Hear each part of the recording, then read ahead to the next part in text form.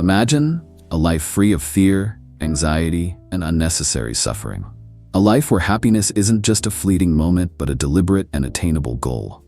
Sounds like a dream, doesn't it?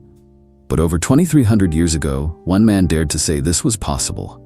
His name was Epicurus. His philosophy changed how we think about happiness, pleasure, and the good life.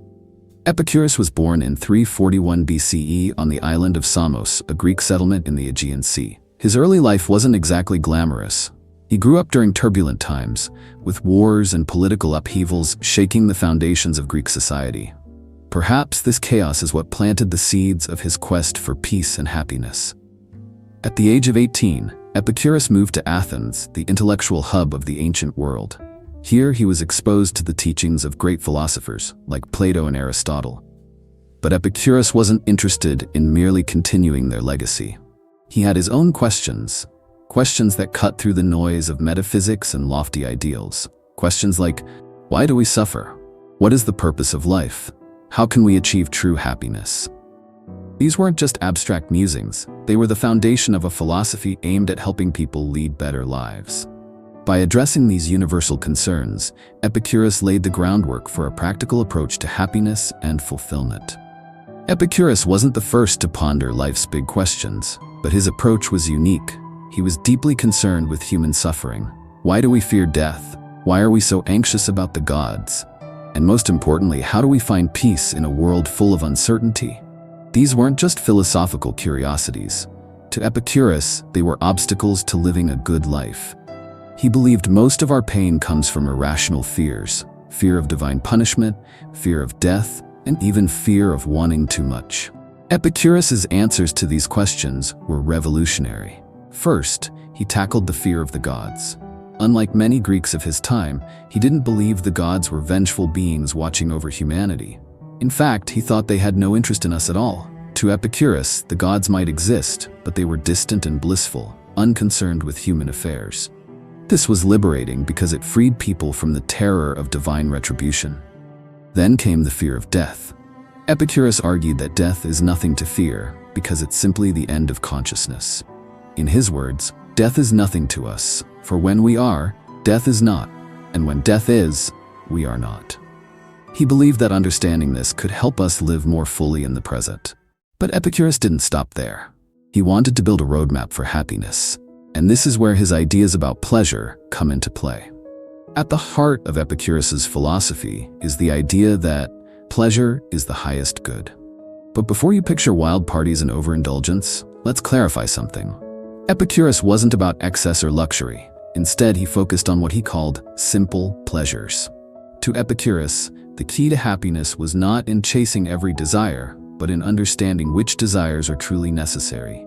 He divided desires into three categories: natural and necessary desires. These are basic needs like food, shelter, and companionship. Fulfilling these leads to a stable and content life. Natural but unnecessary desires. These include luxuries and extravagances. While they can be enjoyable, they're not essential for happiness. Vain and empty desires. These are things like wealth, fame, and power. Epicurus believed these often lead to more anxiety and dissatisfaction than joy. His advice? Focus on the first category and keep life simple. Among these necessary desires, Epicurus placed a special emphasis on friendships.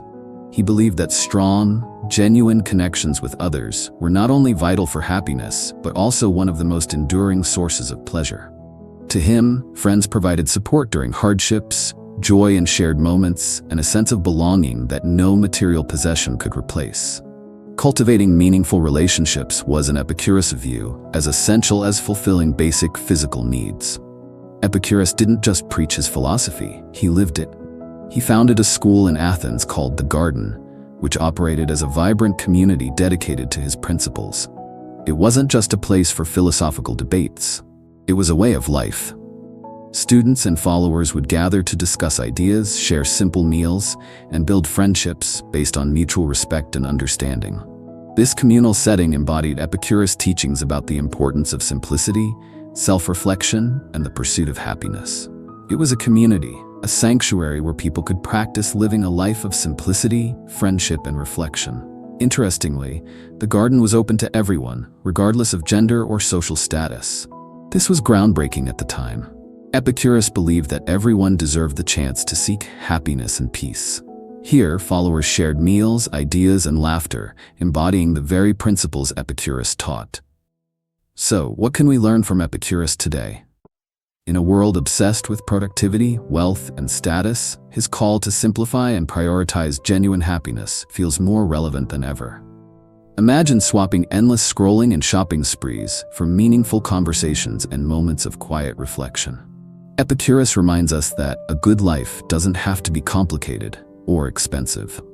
His emphasis on friendship is a timeless lesson. Epicurus considered friends as one of life's greatest joys, even ranking it above wealth or romantic love. In a society increasingly disconnected by technology, fostering deep, genuine connections could be the key to a happier life. Epicurus didn't promise a utopia or an escape from life's challenges. Instead, he offered a practical philosophy, a way to navigate the complexities of life with clarity and purpose. So, the next time you're overwhelmed by the noise of modern life, take a moment to ask yourself, what truly brings me happiness? What do I actually need? The answers might be simpler than you think.